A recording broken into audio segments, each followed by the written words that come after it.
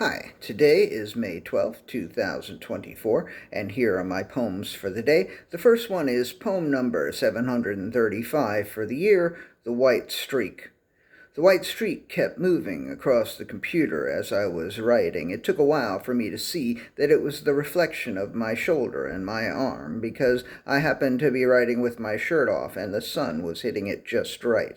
I kept thinking, what the fuck is that? Until I noticed it was moving the same way as I was writing, and then I realized what it was. Poem number 736, A Picture of My Mother. I will probably post a picture of my mother on social media later today, and when I do, I will be happy that it gets so many likes, and that some people will say, Bonnie, I love you, say hi to her from me, and that some people will say, she's so beautiful, and that some people will say, I can only imagine what it must have been like for her, your mother is a saint. I will be happy to see all that. I will be happy that my mom will receive so much attention, and I won't for a moment be jealous that her picture will get 10 times more likes as these poems, which I will also post.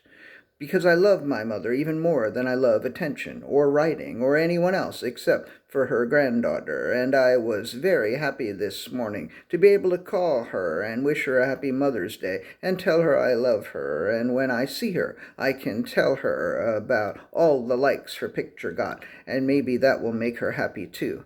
I'm going to change that to, except for one of her granddaughters. She has other ones, but I love a particular one more. Poem number 737, Stupid Promise. Yesterday I was so tired of the word happy that I promised myself I would try not to use it in any of today's poems.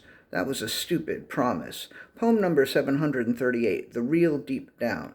His lover could see it in his face. They could hear it in his voice. They could tell by the way he used his walk. They could feel it when they smacked his ass. They could smell it on him. They could taste it on him. They had observed millions of details about him, and they remembered them all. They thought they could use it all against him when the two of them played their power games, but they knew nothing about the real deep-down him, and he knew even less than they did.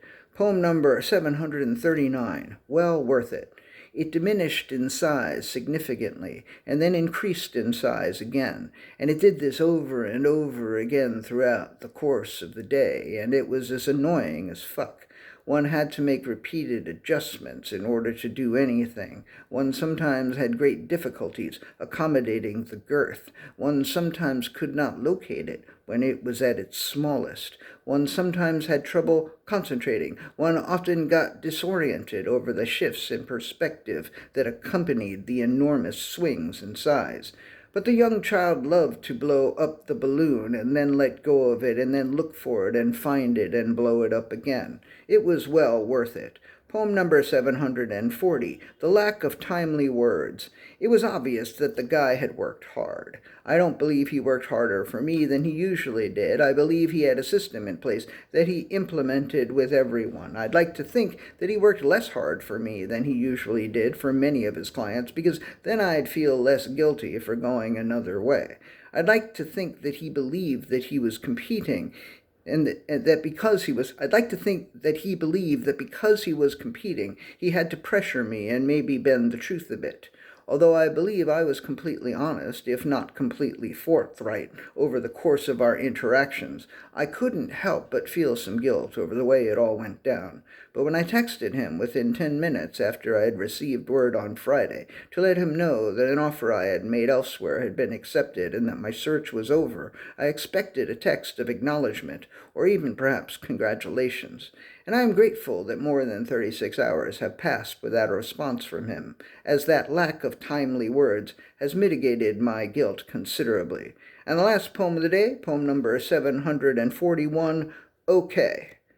If I am being unfair, then okay, I am being unfair. If I am being petty and small, then that's okay.